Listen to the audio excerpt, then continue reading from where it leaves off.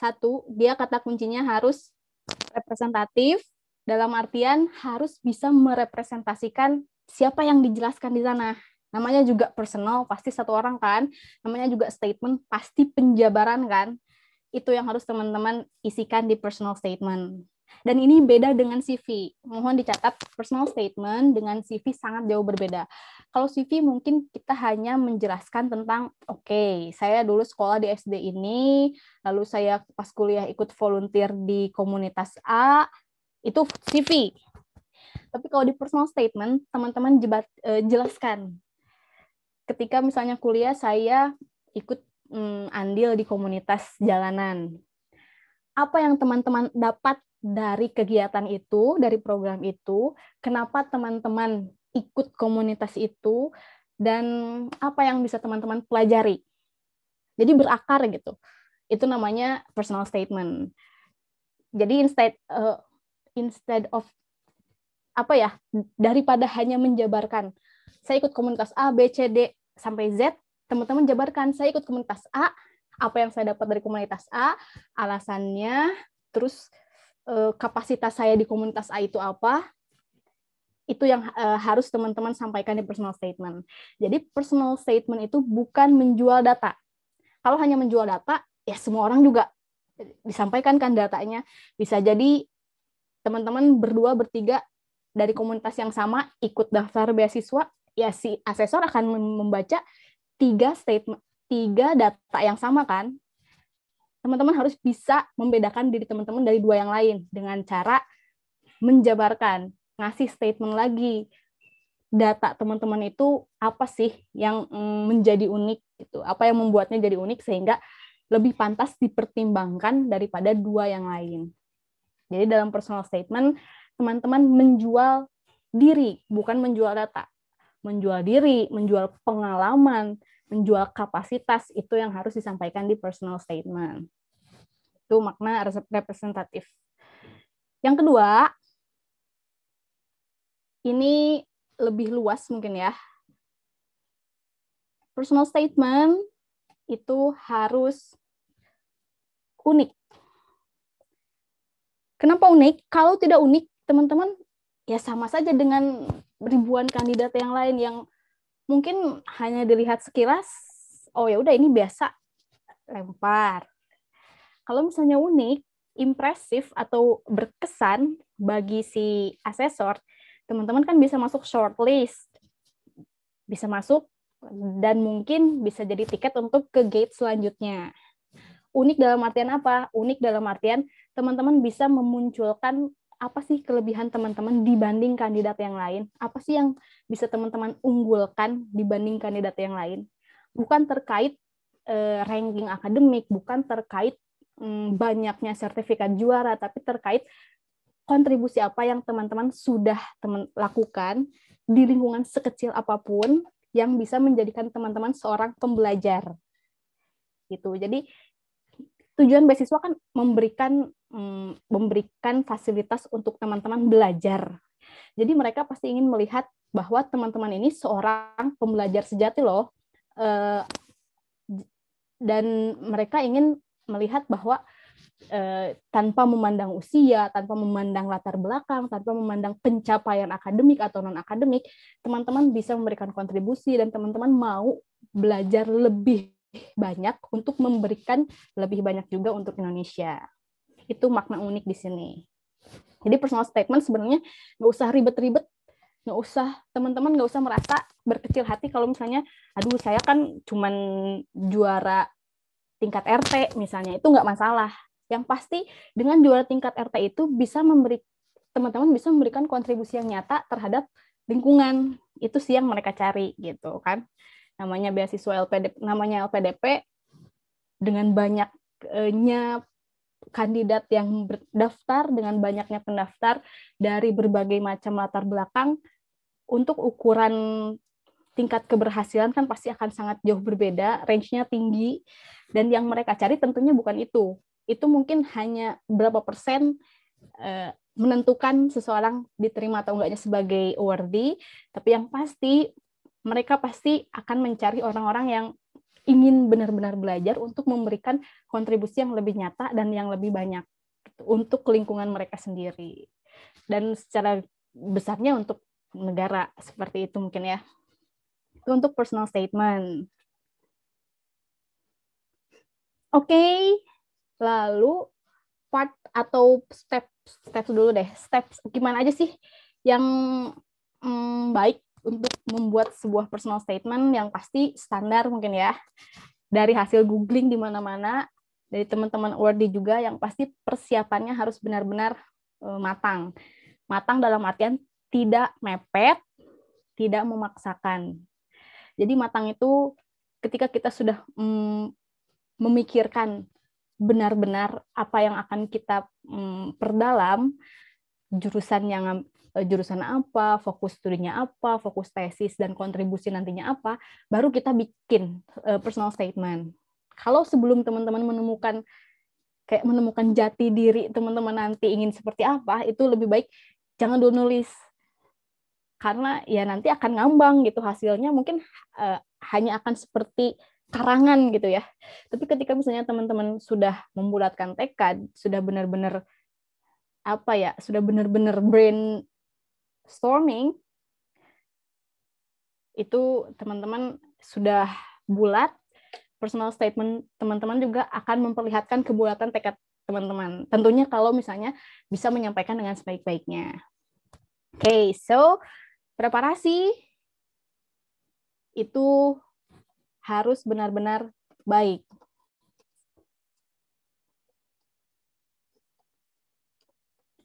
Setelah mempersiapkan diri, nggak usah nulis dulu, persiapkan dulu otaknya, persiapkan dulu idenya, persiapkan dulu tekadnya, baru teman-teman menulis. Nulisnya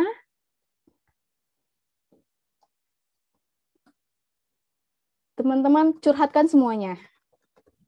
Jadi nggak usah dulu lah pilih-pilih, kayaknya lebih baik saya put A, B, yang C lewat deh. Kayaknya nggak cocok D, E, yang F lewat. Jangan seperti itu. Tulis dulu aja semuanya. Tulis dulu. Oke, semua kontribusi teman-teman, semua pengalaman teman-teman yang memang nyata dan memang benar-benar impactful itu tulis. Jadi narasikan semuanya. Setelah nulis, teman-teman jangan langsung puas. Tapi teman-teman lakukan scanning.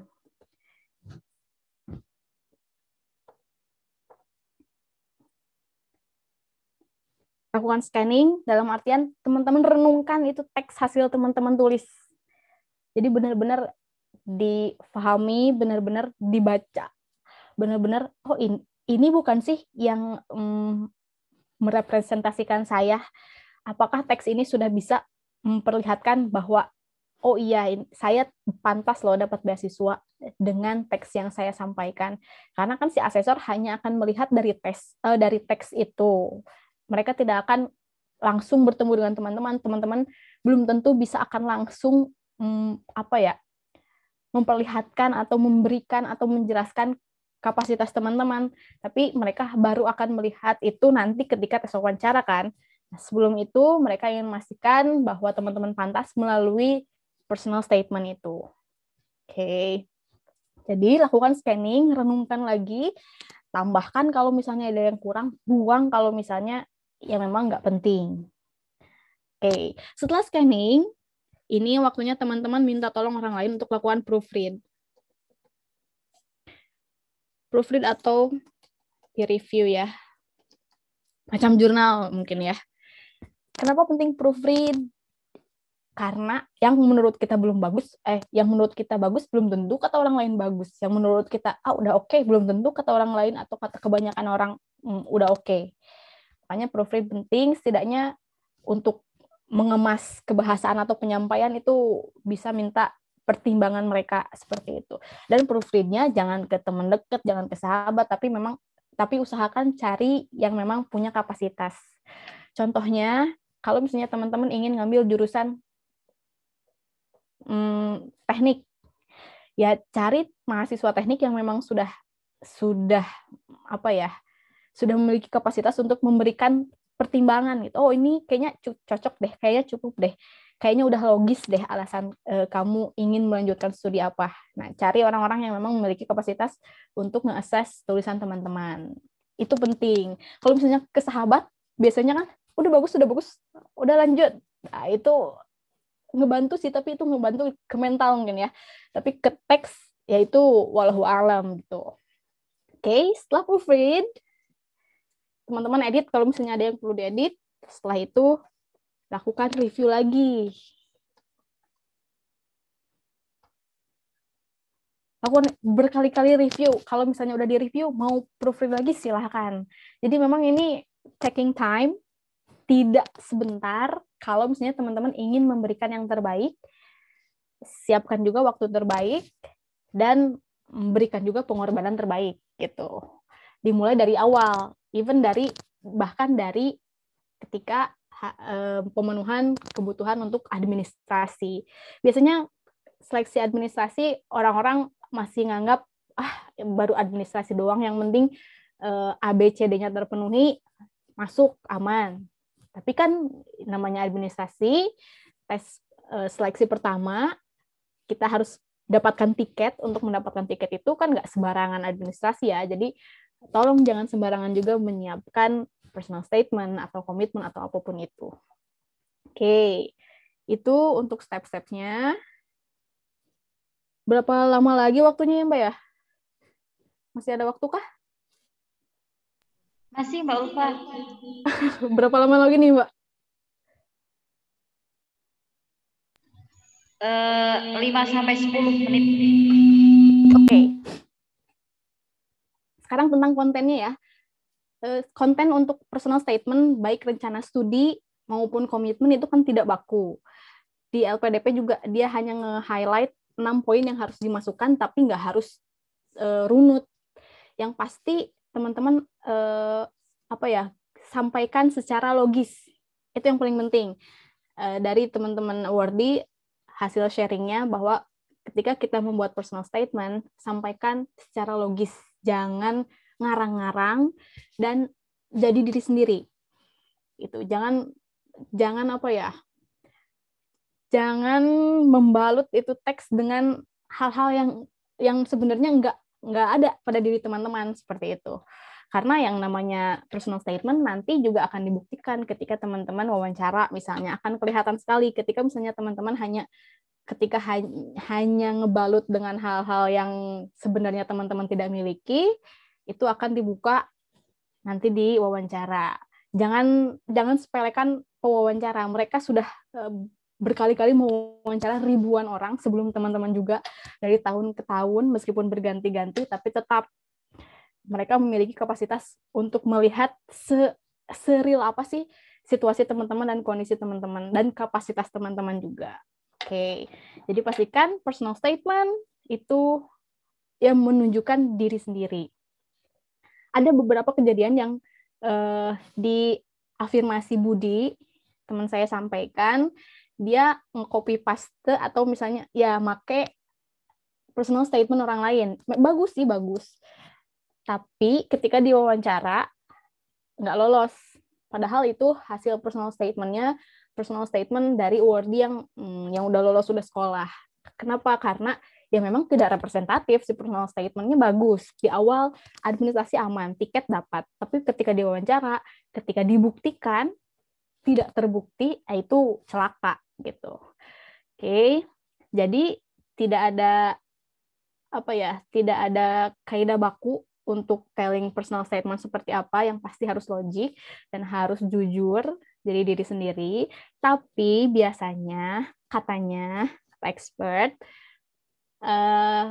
bagi per paragrafnya ke dalam 6 atau 7 paragraf minimal. Oke. Paragraf yang pertama itu silahkan teman-teman jelaskan program S2 atau S3 apa yang mau teman-teman ambil. Dan jelaskan alasannya. Kenapa teman-teman ngambil jurusan itu, kenapa ngambil fokus studi itu, kenapa ngambil judul tesis itu, atau tema tesis tertentu. Mulai dari mata kuliah, pengajar, sampai durasi studi itu teman-teman sampaikan. Itu jelas di rencana studi ada ya. Di personal statement pun secara garis besar sampaikan. Paragraf kedua, teman-teman sampaikan latar belakang pendidikan. Oke, nggak usah ditulis mungkin ya.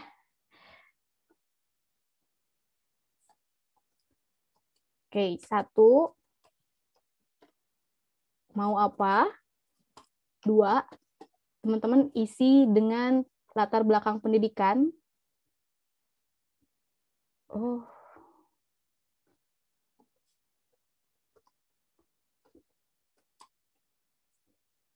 Pendidikan, pekerjaan, komunitas, akademik, non-akademik, apapun itu disampaikan di paragraf kedua katanya.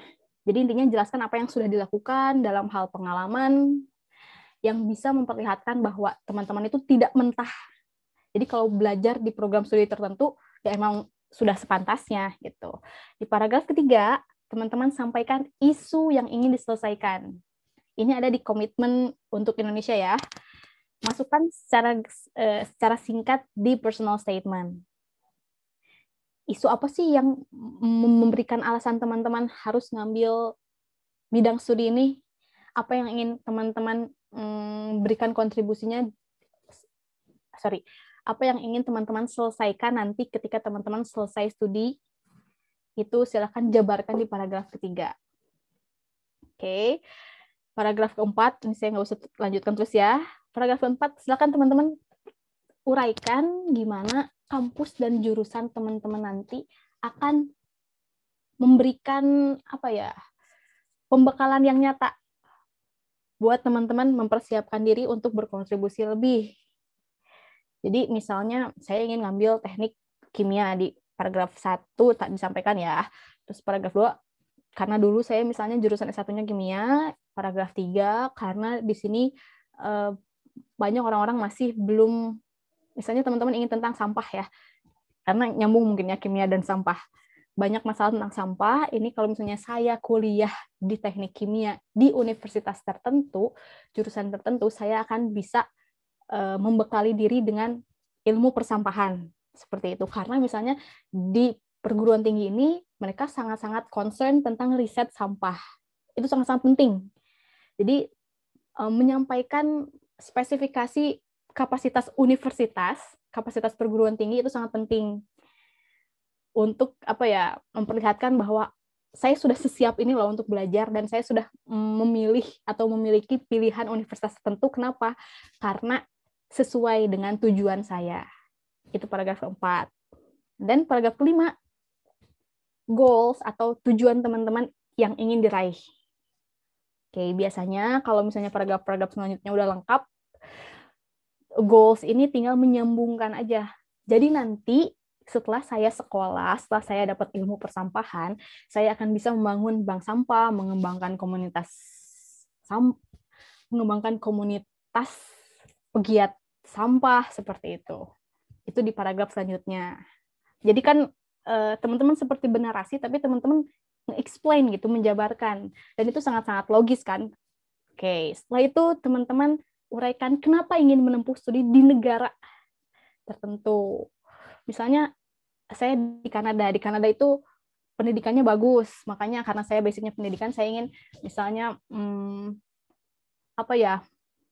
secara dengan mata kepala sendiri experience atau mengalami pembelajaran yang bagus itu, yang dikatakan bagus itu gimana sih gitu. Seperti itu paragraf selanjutnya. Jadi dari yang spesifik makin maju juga alurnya, makin lebih luas juga penyampaiannya, itu biasanya personal statement yang baik seperti itu. Itu secara umum mungkin untuk personal statement.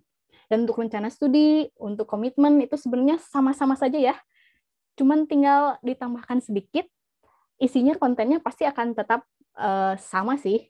Cuman yang di rencana studi mungkin ditambahkan rencana, kalau di komitmen ditambah lebih ke goals-nya, lebih ke tujuannya. Kalau di personal statement itu merangkum semuanya.